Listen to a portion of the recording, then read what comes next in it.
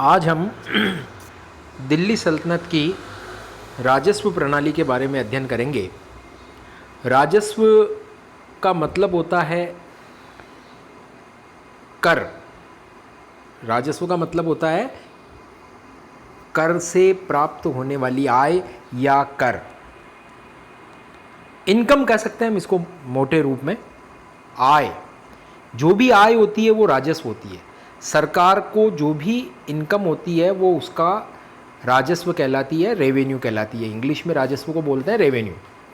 सरकारी आय को राजस्व कहते हैं। तो राजस्व विभिन्न प्रकार के करों से होने वाली आय को राजस्व कहा जाता था। अब ये कर कई प्रकार के होते थे, जिसमें सबसे ज़्यादा आमदनी जिस कर से होती थी वो होता था भू राजस्व। भूमि कर से होने वाली आय, या भूमि कर को कहते हैं लगान। लगान से होने वाली आय वो कहलाती थी भू राजस्व।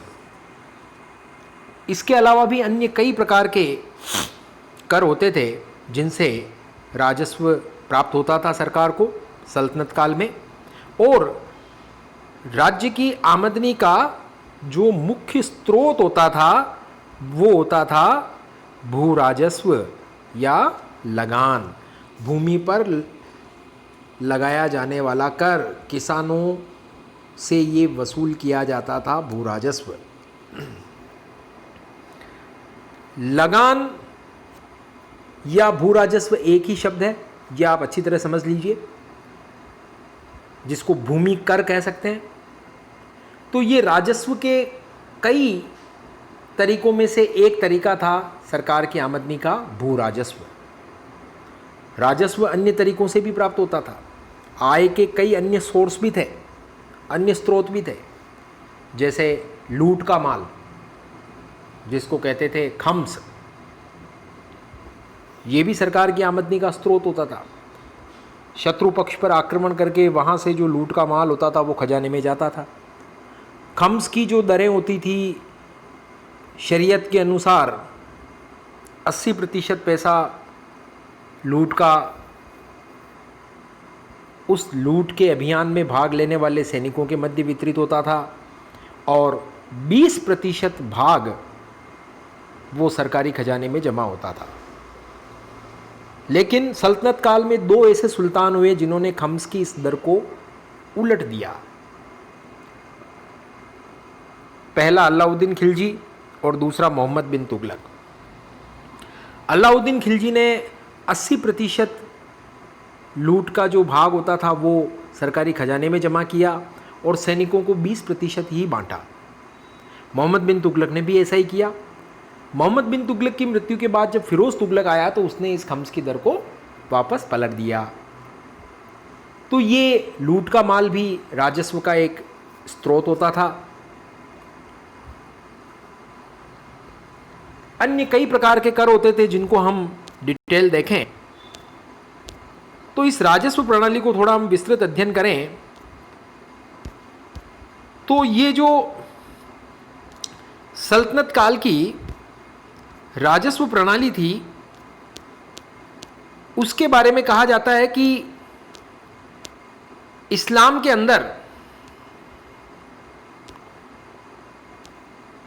जो हनीफी शाखा थी उसके ऊपर ये राजस्व प्रणाली आधारित थी। सल्तनत काल की राजस्व प्रणाली इस्लाम की हनीफी शाखा पर आधारित थी। इसको अच्छी तरह से समझ लीजिए। जितने भी सल्तनत काल के सुल्तान हुए उनकी वित्तीय नीति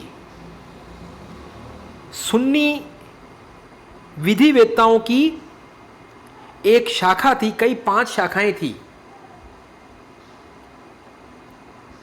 सुन्नी कानूनों के जानकार, सुन्नी मुसलमानों के जो विधिवेत्ता होते थे उनकी 5 शाखाएं थी, जिसमें से एक शाखा थी हनीफी शाखा, उस हनीफी शाखा के वित्त सिद्धांतों को सल्तनत काल के सुल्तानों ने अपनाया।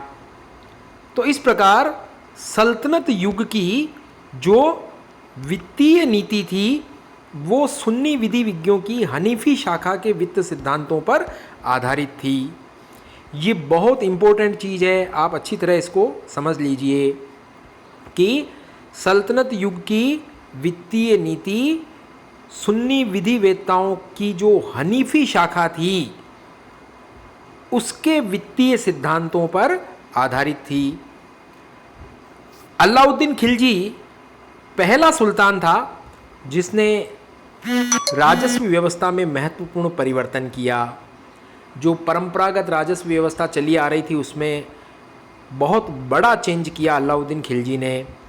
उसके बाद मोहम्मद बिन तुगलक के शासनकाल में मोहम्मद बिन तुगलक की आज्ञा से राजस्व विभाग ने सल्तनत की आय व्यय का विस्तृत लेखा तैयार करना आरंभ कर दिया कि साहब पूरी सल्तनत में कितनी इनकम हो रही है और कितना एक्सपेंडिचर हो रहा है, आय व्यय का विस्तृत लेखा अकाउंट तैयार करना शुरू किया ताकि समस्त राज्य में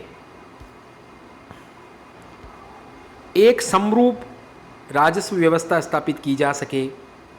और यही कार्य राज्य की आमदनी का एक्यूरेट आंकड़ा तैयार कराने के लिए फिरोज तुगलक ने भी बड़ा महत्वपूर्ण कार्य किया।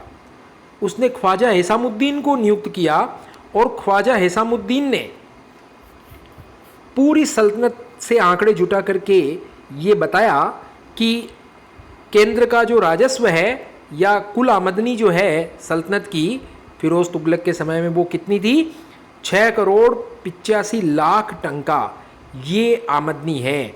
ऐसा ख्वाजा हिसामुद्दीन ने फिरोज तुगलक के काल में कैलकुलेट करके गणना करके बताया था।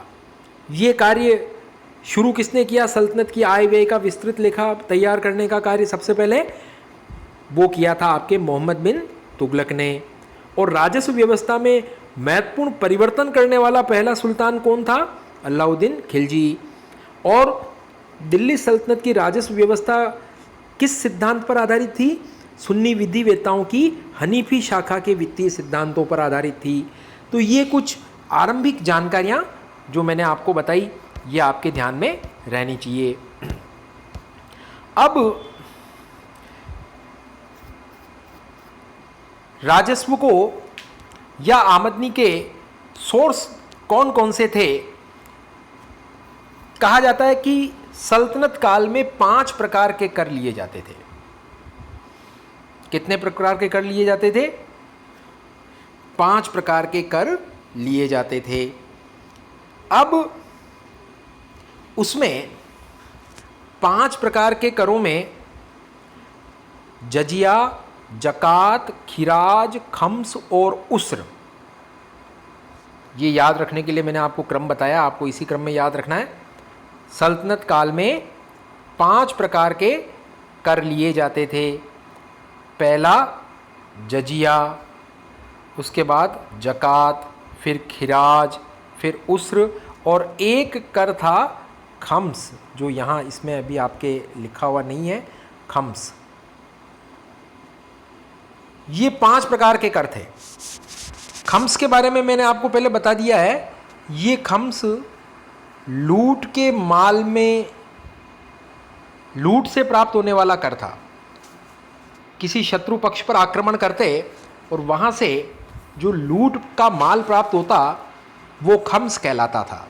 वो भी राजस्व का एक स्रोत था। राजस्व का मतलब आय का एक स्रोत था, जिसकी दर मैंने बताई शरीयत द्वारा स्वीकृत दर तो थी 80% सरकारी खजाने में, 80% तो सैनिकों में और 20% सरकारी खजाने में। लेकिन अलाउद्दीन खिलजी और मोहम्मद बिन तुगलक ने इस दर को बदल दिया। 80% उन्होंने सरकारी खजाने में लिया और 20% ही सैनिकों में बांटा। अब ये 5 प्रकार के कर में मैंने बताया आपको जजिया, जकात, खिराज, खम्स और उस्र। सबसे पहले जजिया की बात करें। जजिया गैर मुसलमानों से लिया जाने वाला धार्मिक कर था। ये एक धार्मिक कर था। गैर मुसलमानों से लिया जाता था। अर्थात गैर मुस्लिम में कौन कौन थे भारत में? हिंदू थे बहुसंख्यक, सिख थे, जैनी थे, या थोड़े बहुत जो ईसाई वगैरह यूरोपियन कुछ होंगे, तो यूरोपियन तो खैर आए नहीं थे उस समय, पारसी जरूर रहते थे। तो जितने भी ये हिंदू, जैन, बौद्ध, सिख, पारसी, ये सब गैर मुसलमान होते थे। इनसे सबसे क्या लिया जाता था? जजिया लिया जाता था। ये एक धार्मिक कर होता था। इस जजिया देने के बाद उन गैर मुसलमानों की जीवन व संपत्ति की सुरक्षा सल्तनत में की जाती थी, और ये सारे गैर मुसलमान सैनिक सेवा से भी मुक्त कर दिए जाते थे। कहने का मतलब, इस्लामिक सल्तनत में अगर आपको रहना है, आपको अपने जीवन व संपत्ति की सुरक्षा चाहिए, तो आपको जजिया देना होगा। ये मुख्य कॉन्सेप्ट था। ये समस्त गैर मुसलमानों से लिया जाता था, धार्मिक कर था। पहले जजिया भू राजस्व के साथ वसूल किया जाता था। भू राजस्व को कहते थे खिराज। यहां पे देखो एक चीज इंपॉर्टेंट है कि भू राजस्व हिंदू किसानों से भी लिया जाता था और मुस्लिम किसानों से भी लिया जाता था। तो जो हिंदू या गैर मुस्लिम जो किसान हैं, उनसे जो भूमि कर लिया जाता था उसको तो कहते थे खिराज। और ये खिराज कितना होता था? उपज का 1/3 से 1/2 भाग तक होता था। जबकि मुस्लिम किसानों की जमीन से जो भूमि कर लिया जाता था उसको कहते थे उस्र। उसको क्या कहते थे? उस्र। तो हिंदू किसानों से लिया जाने वाला भूमि कर तो होता था खराज, जिसकी दर 1/3 से 1/2 होती थी, और मुस्लिम किसानों से लिया जाने वाला भूमि कर कहलाता था उस्र। और मुस्लिम किसानों की भूमि उसरी कहलाती थी। इसीलिए क्या कहलाती थी? उसरी। तो ये जो हिंदू किसानों से जो भूमि कर लिया जाता था, जिसको खिराज कहते थे, शुरुआत में जजिया भू राजस्व के साथ वसूल किया जाता था। अर्थात खिराज के वसूली के साथ ही उसी वक्त जजिया भी वसूल कर लेते थे। लेकिन बाद में फिरोज शाह तुगलक के शासनकाल में ये पृथक से वसूल किया जाने लगा। शुरुआत में ये होता था कि हिंदू किसानों से जो भूमि कर वसूला जाता था, जिसको खराज कहते थे या खिराज कहते थे, उसी के अंदर जजिया कर की राशि को भी जोड़ दिया जाता था और खिराज के साथ ही उसको एक करके वसूल कर लिया जाता था, जोड़ करके। लेकिन बड़ी इंपॉर्टेंट फैक्ट है कि फिरोज तुगलक के काल में यह पृथक रूप से वसूल किया जाने लगा। अर्थात आपको खराज या खिराज भूमि कर तो आपको अलग देना है और जजिया आपको अलग से देना है, ताकि जजिया देते वक्त अपमानित किया जाता था गैर मुस्लिम प्रजा को। तो गैर मुस्लिम प्रजा को अपमानित करने के लिए फिरोज तुगलक ने क्या किया? फिरोज तुगलक धर्मांध मुसलमान था। उसने उलेमाओं को खुश करने के लिए हिंदुओं को अपमानित किया। उसने क्या किया? हिंदू किसानों से भूमि कर खिराज तो अलग वसूल किया और जजिया अलग वसूल किया। पहले जजिया खिराज के साथ ही वसूल किया जाता था, लेकिन अब अलग से वसूल करने लग गया फिरोज तुगलक। अलग से वसूल करने से क्या होता था कि उनको एहसास जताया जाता था कि देखो तुम हमारे यहाँ रह रहे हो और तुम्हारे जीवन संपत्ति की सुरक्षा चाहिए तो ये कर देना पड़ेगा। अलग से वसूल करते जजिया को। तो फिरोज तुगलक के काल से ये जजिया खिराज के साथ वसूल न करके पृथक रूप से वसूला जाने लगा। जजिया की जो वसूली होती थी उसमें स्त्रियां, बच्चे, साधु, पागल और भिखारी इससे मुक्त थे। लेकिन ये व्यवस्था हमेशा नहीं रही। एक नियम ये था कि किसी परिवार में जितनी स्त्रियां हैं उन सारी स्त्रियों को, हिंदू स्त्रियों को जजिया नहीं देना है, हिंदू परिवार के बच्चे को जजिया नहीं देना है, हिंदू साधुओं को, संतों को, सन्यासियों को जजिया नहीं देना होता था। और जो पागल और भिखारी होते थे उनको भी ये जजिया कर से उनको मुक्त रख रखा था। प्रत्येक व्यक्ति से व्यक्ति वाइज वसूल किया जाता था ये, कि एक हिंदू परिवार में अगर 7 व्यक्ति हैं जिसमें से 3 महिलाएं और 4 पुरुष है तो तीनों महिलाओं से जजिया नहीं लिया जाएगा। 4 पुरुषों में अगर एक बच्चा है तो उस बच्चे से भी जजिया नहीं लिया जाता था, केवल वयस्क हिंदू पुरुषों से ये जजिया लिया जाता था। ब्राह्मण भी जजिया से मुक्त थे। अधिकांश समय ब्राह्मण भी जजिया कर से मुक्त थे, परंतु फिरोज तुगलक जो धर्मांध मुसलमान था और धर्मांधता में वो सिकंदर लोदी और औरंगजेब का अग्रज था, उसने ब्राह्मणों से भी जजिया वसूल किया था। फिरोज तुगलक ने क्या किया? ब्राह्मणों से भी जजिया वसूल किया, लेकिन अधिकांश समय ब्राह्मण जजिया से मुक्त थे, लेकिन फिरोज तुगलक ने ब्राह्मणों से भी जजिया वसूल किया। अब ये भारत में गैर मुसलमानों से जजिया वसूलने का सिस्टम शुरू कब से हुआ? सर्वप्रथम जजिया भारत में शुरू हुआ मोहम्मद बिन कासिम के द्वारा, जब उसने 712 ईस्वी में क्या किया था? सिंध की विजय प्राप्त कर ली थी। तो भारत में सर्वप्रथम जजिया मोहम्मद बिन कासिम ने सिंध में 712 ईस्वी में वसूल किया।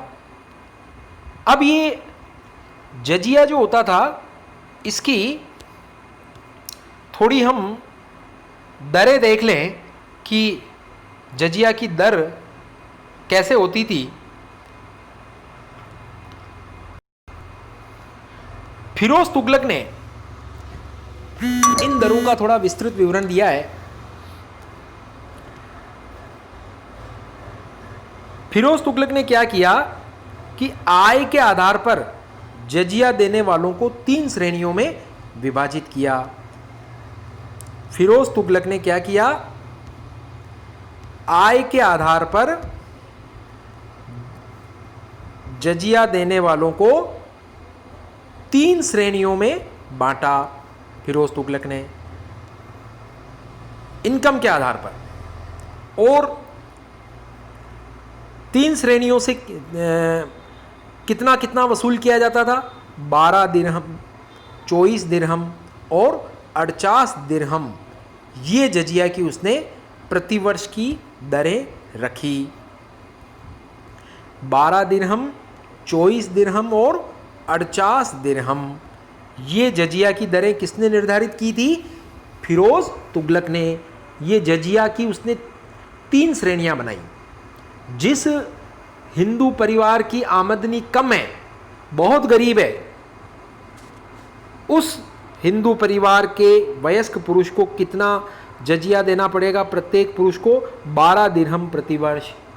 जिस हिंदू परिवार की आमदनी ठीक ठाक है, मध्यम वर्गीय है, तो उस हिंदू परिवार के वयस्क पुरुष को प्रत्येक को 24 दिरहम के हिसाब से वार्षिक जजिया उनको देना पड़ेगा। और जो धनी हिंदू परिवार थे उनके वयस्क पुरुषों को प्रति पुरुष 48 दिरहम प्रतिवर्ष के हिसाब से जजिया देना पड़ता था। तो ये फिरोज तुगलक ने जजिया की 3 दरें बनाई, 12 दिरहम, 24 दिरहम और 48 दिरहम प्रतिवर्ष। तो ये जजिया के बारे में मैंने आपको बताया।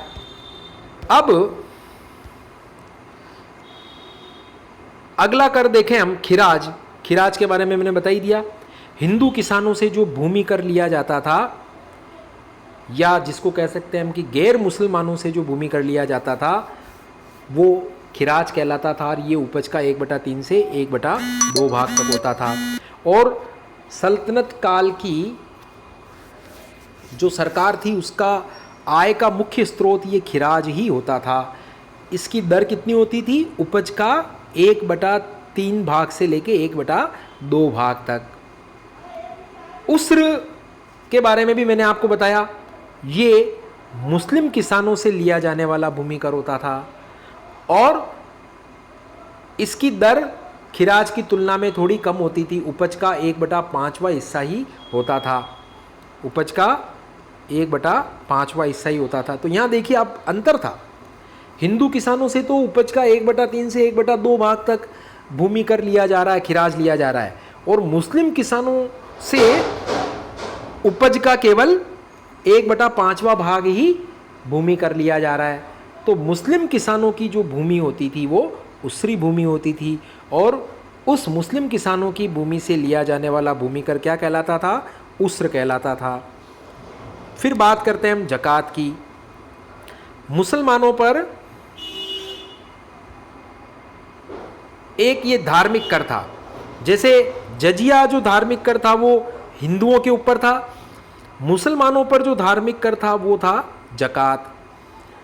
प्रत्येक मुसलमान को अपनी आमदनी का 40वां भाग या 2.5% की दर से ये लिया जाता था।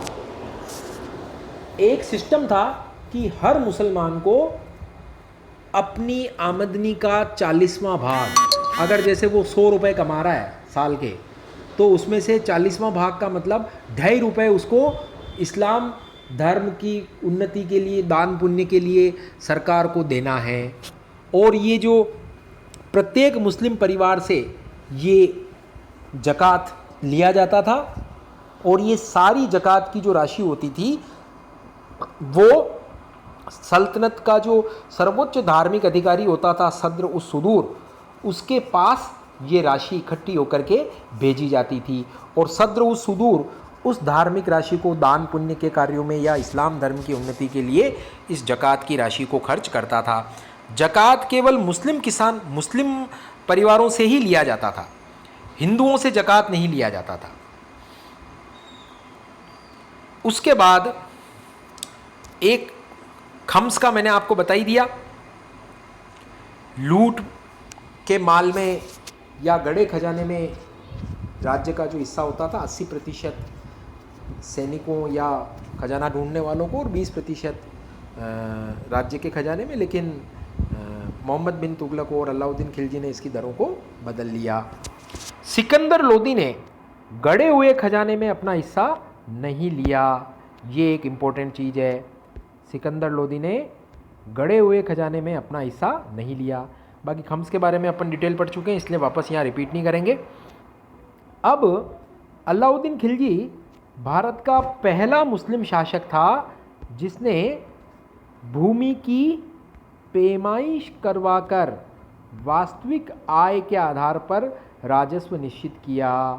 बहुत इम्पोर्टेंट बात है, अलाउद्दीन खिलजी भारत का पहला शासक था जिसने भूमि की पैमाइश करवाई कि प्रत्येक किसान के पास कितनी व्यक्तिगत भूमि है उसकी माप करवाई।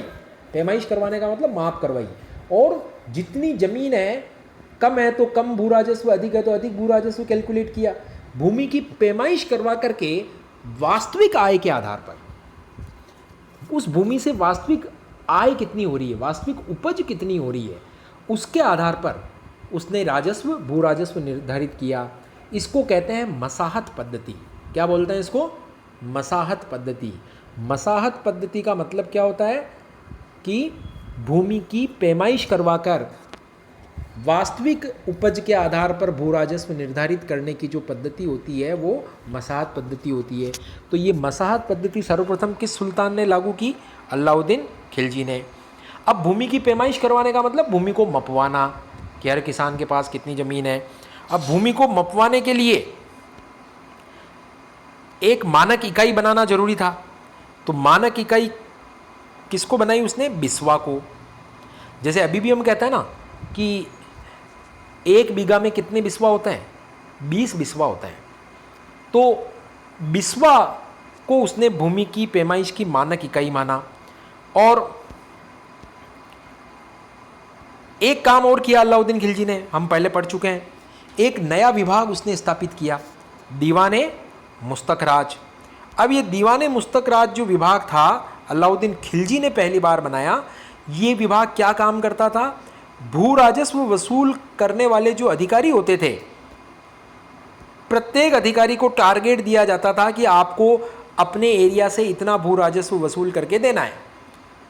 अगर कोई अधिकारी अपने टारगेट को पूरा नहीं कर पाता था, जैसे उसको टारगेट दिया गया कि आपको 500 टन का भू राजस्व अपने इलाके से वसूल करके देना है, और उस अधिकारी ने 300 टंका ही वसूल कर पाया वो, तो 200 टंका उसके उस साल के बाकी रह गए। फिर अगले वर्ष उसको टारगेट दिया गया कि आपको 600 टंका वसूल करके देना है, लेकिन अगले वर्ष भी वो 400 ही टंका वसूल कर पाया, तो उसका बकाया रह गया फिर 200 टंका। तो ऐसे जिन भू राजस्व अधिकारियों के बकायात चल रहे थे, जितना भू राजस्व उनको किसी वर्ष विशेष में वसूल करके देना था, उतना वो वसूल करके जमा नहीं करवा पा रहे थे सरकारी खजाने में, तो ऐसे समस्त बकाया भू राजस्व को वसूल करने के लिए अलाउद्दीन खिलजी ने एक विभाग बनाया, दीवाने मुस्तकराज। अलाउद्दीन खिलजी के समय में लगान जब एक बार निर्धारित कर दिया गया पैमाइश पद्धति के आधार पर, तो फिर उसको बहुत सख्ती से वसूल किया जाता था, बहुत सख्ती से उसने लगान को वसूल किया। जियाउद्दीन बर्नी कहता है कि अलाउद्दीन खिलजी के समय में जो गांव के वंशानुगत भू राजस्व अधिकारी थे हिंदू लोग, खूत मुकद्दम चौधरी, उनके पास से उसने लगान वसूल करने का अधिकार छीन लिया। अब अलाउद्दीन खिलजी के बर्नी कहता है कि अलाउद्दीन खिलजी के साधारण लगान अधिकारी भी खूत और चौधरियों को पीटकर उनसे लगान वसूल कर सकता था। तो ये जो लगान अधिकारी थे अलाउद्दीन खिलजी के, ये बड़ी सख्ती से वसूल करते थे लगान को। तो सभी व्यक्ति लगान अधिकारियों से इतनी घृणा करने लग गए कि कोई भी व्यक्ति अपनी पुत्री का विवाह उनके साथ करने को तैयार नहीं होता था, क्योंकि लगान वसूल करने वाले अधिकारियों की बदनामी इतनी हो गई कि कोई भी व्यक्ति अपनी पुत्री का विवाह इन लगान वसूल करने वाले अधिकारियों के साथ करने को तैयार नहीं होता था, क्योंकि वो अत्याचारी माने जाने थे, बहुत सख्ती के साथ लगान वसूल करते थे। और किसी अत्याचारी व्यक्ति के साथ कोई भी व्यक्ति अपनी पुत्री का विवाह करना पसंद नहीं करता था, ऐसा जियाउद्दीन बर्नी कहता है। अब अलाउद्दीन खिलजी ने मसाहत पद्धति के आधार पर लगान वसूल किया। अलाउद्दीन खिलजी ने सैनिकों को इक्ता और जागीरों के स्थान पर नकद वेतन देकर इक्ताओं के विस्तार पर रोक लगाई और खालसा भूमि का विस्तार किया। तो अलाउद्दीन खिलजी के समय की जो व्यवस्था थी भू राजस्व वसूलने की, वो मसाहत पद्धति पर भू राजस्व वसूला जाता था। अलाउद्दीन खिलजी से पहले बटाई पद्धति पर भू राजस्व वसूल किया जाता था, लेकिन अलाउद्दीन खिलजी ने बटाई पद्धति को अस्वीकार कर दिया और मसाहत पद्धति, भूमि की पैमाइश करवा के भू राजस्व वसूल करना उसने शुरू किया। भू राजस्व निर्धारण की कई सारी पद्धतियां भारत में प्रचलित थी सल्तनत काल में। परंपरागत पद्धति थी बटाई, इसके अलावा नस्क, मुक्तई या कनकूत, ये भी भू राजस्व निर्धारण की पद्धतियां थी। नस्क, मुक्तई या कनकूत में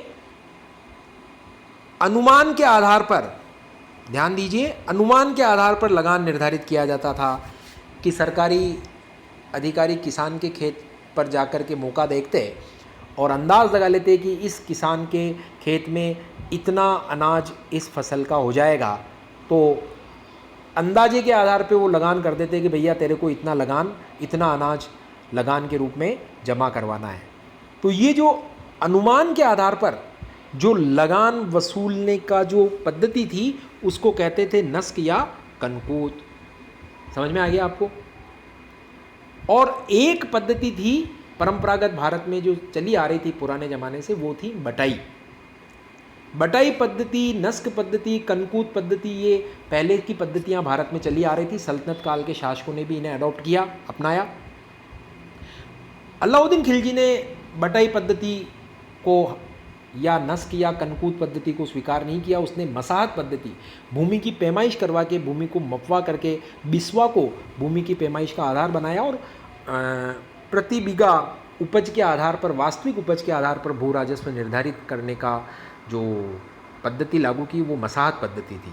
तो अलाउद्दीन खिलजी ने तो मसाहत पद्धति को अडॉप्ट किया। और उसके पहले कौन सी पद्धतियाँ थी? बटाई पद्धति, नस्क पद्धति या कनकूत पद्धति, ये अलग अलग पद्धतियाँ थी। बटाई पद्धति को हम थोड़ा समझ लेते हैं। बटाई पद्धति में बटाई का मतलब होता है बंटवारा। बंटवारा, बटाई का मतलब बांटना या बंटवारा। किसका बंटवारा? उपज का बंटवारा। किसके बीच में? राज्य और किसान के बीच में, कि उपज का एक अंश राज्य के पास जाएगा भू राजस्व के रूप में और उपज का बाकी हिस्सा किसान के पास रहेगा। तो इसको कहते हैं बंटवारा या बटाई। अब ये बटाई पद्धति 3 प्रकार की होती थी, ध्यान से सुनिए आप। खेत बटाई, लंक बटाई और रास बटाई। अब खेत बटाई में क्या होता था कि लगान वसूल करने वाले जो सरकारी अधिकारी होते थे, कर्मचारी होते थे, वो किसान के खेत पर जाते और अंदाज के आधार पर खेत का एक हिस्सा कह देते कि इस खेत के हिस्से में जितनी भी फसल होगी वो सरकार का भू राजस्व या खिराज मान लिया जाएगा। तो खेत का ही बंटवारा कर देते कि खेत के इस हिस्से में होने वाली उपज सरकार का भू राजस्व होगा, वो आपको सरकारी खजाने में जमा करानी है, और शेष खेत में उपज जो होती है वो किसान अपने पास रख सकता था। तो ये खेत बटाई। दूसरी पद्धति थी बटाई में लंक बटाई। लंक बटाई का मतलब ये है कि किसान ने फसल उगा ली खेत में, फसल पक करके तैयार हो गई और फसल के काट करके उसके पूड़े बांध दिए, गट्ठर बना दिए। अभी तक उनमें से अनाज अलग नहीं हुआ है, चारे के सहित वो गट्ठर बने हुए हैं, बंडल बने हुए हैं। तो वो जो पूड़े पड़े हुए हैं उनमें से, उनको देख करके उनमें से सरकारी कर्मचारी वहाँ जाते उस वक्त और पड़े हुए गट्ठरों में से, पूड़ों में से सरकारी हिस्सा जो होता था लगान का, उतने पूड़े अपने कब्जे में कर लेते और बाकी जो अनाज होता था, बाकी जो पूले होते थे वो किसान को दे देते। अर्थात भूसा अलग किए बगैर अनाज के भूसा सहित जो बंडल होते थे, गट्ठर होते थे, उनका बंटवारा कर देते कि इतना हिस्सा सरकार का, इतना हिस्सा तुम्हारा। तो ये सरकारी कर्मचारी जो ये पद्धति काम में लेते थे इसको कहते थे लंक बटाई। और तीसरी पद्धति थी रास बटाई। रास बटाई का मतलब कि भाई भूसा अलग कर दिया और अनाज अलग कर दिया। आजकल तो ये कार्य थ्रेसर से होता है। पहले क्या करते थे पुराने ज़माने में कि जो पूड़े होते थे, जैसे गेहूं के पूड़े पड़े हुए हैं सूखने के लिए, फिर उनको बैलों के पैर से उनको दबवाते थे और उसके बाद में फिर हवा चलती थी तो उसको ऊपर से गिराते तो भूसा अलग हो जाता और अनाज इधर गिर जाता। तो वास्तविक जो अनाज का ढेर होता था उसको सरकारी कर्मचारी उस वक्त वहाँ पहुँचता किसान के खेत पर और उस वास्तविक अनाज के ढेर में से अपना हिस्सा अंदाजे से ले लेता जो सरकार का भू राजस्व बनता था और बाकी हिस्सा किसान के पास रह जाता। इसको कहते हैं रास बटाई। तो बटाई 3 प्रकार की हो गई, खेत बटाई, लंक बटाई और रास बटाई। ये तीनों पद्धतियाँ भारत में प्रचलित थी, लेकिन अलाउद्दीन खिलजी ने बटाई पद्धति को स्वीकार नहीं किया। उसने मसाहत पद्धति के आधार पर भू राजस्व वसूल किया, भूमि की पैमाइश के आधार पर। लेकिन गयासुद्दीन तुगलक ने भूमि पैमाइश को, पद्धति जो अलाउद्दीन खिलजी की थी, उसको त्याग दिया और पुनः बटाई के आधार पर भू राजस्व वसूल किया। गयासुद्दीन तुगलक ने फिर से बटाई पद्धति को अपना लिया और एक और आदेश निकाला गयासुद्दीन तुगलक ने कि 1 साल में 1/10 से 1/11 से ज़्यादा भू राजस्व वृद्धि नहीं की जाएगी। भू राजस्व में वृद्धि 1/10 से 1/11 भाग से अधिक की नहीं की जाएगी। अर्थात 9% से 10%, 9 से लेकर 10% तक वृद्धि भू राजस्व में हो सकती है किसी साल विशेष में। इससे अधिक वृद्धि भू राजस्व की दरों में नहीं की जाएगी। तो ये आपकी गयासुद्दीन तुगलक की व्यवस्था थी। उसने खूत, मुकद्दम और चौधरियों को उनके अधिकार वापस दे दिए जो अलाउद्दीन खिलजी ने उससे छीन लिए थे और अपने अधिकारियों को आदेश दिया कि भू राजस्व 1 साल में 1/10 या 1/11 से अधिक नहीं बढ़ाया जाए। गयासुद्दीन तुगलक पहला सुल्तान था जिसने सिंचाई के लिए नहरें खुदवाई और बाद में फिरोज तुगलक के समय में नहरों का बड़ा विस्तार हुआ।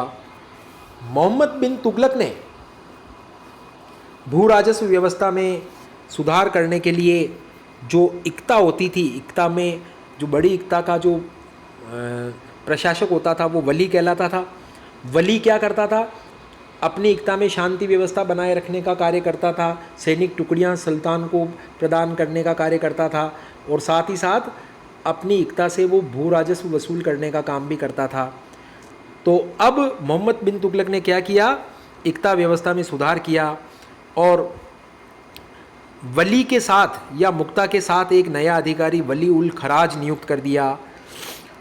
अब ये वली उल खराज नामक अधिकारी क्या करेगा? उस इलाके से या उस इक्ता से राजस्व वसूली का काम या खिराज वसूली का काम ये करेगा। अब इक्तेदार को नहीं करना है भू राजस्व वसूली का। भू राजस्व का मतलब जो हिंदू किसानों से लिया जाता था खिराज, तो खिराज वसूल करने का काम अब उस इक्तेदार या मुक्ता या वली को नहीं करना है, बल्कि भू राजस्व वसूल करने का काम अब कौन करेगा? उस इक्ता के अंदर वली उल खराज नामक नया अधिकारी करेगा। ये व्यवस्था किसने की? मोहम्मद बिन तुगलक ने की। और इसके अलावा प्रांतों में बही खातों की जांच के लिए साहिब दीवान नामक अधिकारियों की नियुक्ति भी की गई। मोहम्मद बिन तुगलक ने राज्य की संपूर्ण आय व्यय का लेखा जोखा भी तैयार करवाया।